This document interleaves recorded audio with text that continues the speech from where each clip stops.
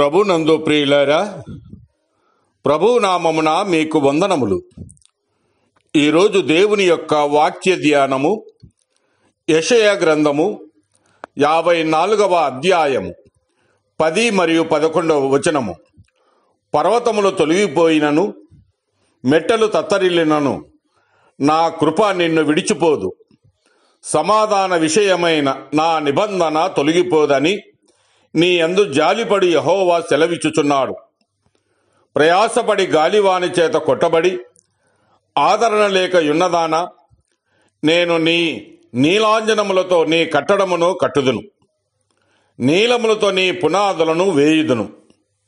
దేవుడి ఈ మాటలు దీవించి ఆశీర్వదించునుగాక.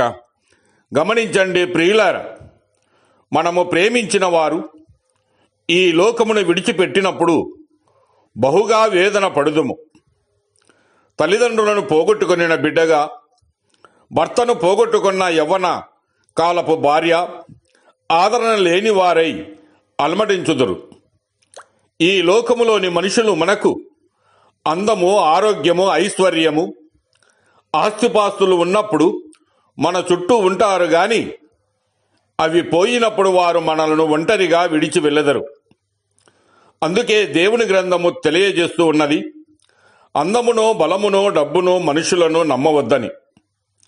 నీవు కృంగిన వేళలో, సమస్తమును పోగొట్టుకునే సమయములోను, దిక్కుతోచని స్థితిలోను ఉన్నప్పుడు కూడా నిన్ను విడవని ఎడబాయని దేవుడు ఉన్నాడని నీవు తెలుసుకునవలెను.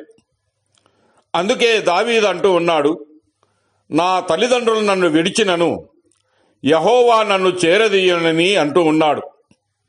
నిన్ను సృష్టించిన వాడు నీకు భర్త అయి ఉన్నాడు.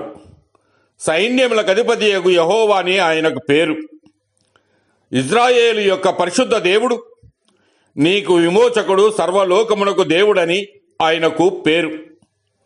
అంతేకాక ఒకని తల్లి వానిని ఆదరించినట్లు నేను మిమ్మును ఆదరించదనని ప్రభువే తెలియజేస్తూ ఉన్నాడు. మనుష్యుడు తన కుమారుని ఎత్తుకునినట్లు మీ దేవుడైన యెహోవా మిమ్మును ఎత్తుకుని వచ్చిన సంగతి మీరు ఎరుగుదురు గదా అని దేవుని వాక్యము సెలవిస్తూ ఉన్నది. ప్రియమైన వారలారా, పర్వతములు తొలగిపోయినను, మెట్టలు తత్తరిల్లినను, నా కృప నిన్ను విడిచిపోదని నా యేసయ్య మాట ఎంత సత్యమో ఆలోచన చేయండి. నేడు జీవితంలో సమస్తము పోగొట్టుకొని పాపముల వలన కష్టాలలోనూ నష్టాలలోనూ ఉన్నవారిని, అనేక వ్యాధులతో పీడించబడుతూ జీవితముపై విరక్తి చెంది ఆత్మహత్యలకు పాల్పడుచున్న వారిని కూడా యేసయ్య ప్రేమించి తప్పించుతూ ఉన్నాడు.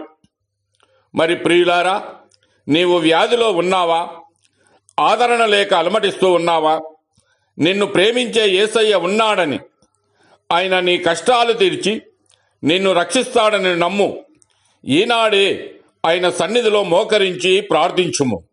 దేవుడు మిమ్మల్ని దీవించి ఆశీర్వదించునుగాక.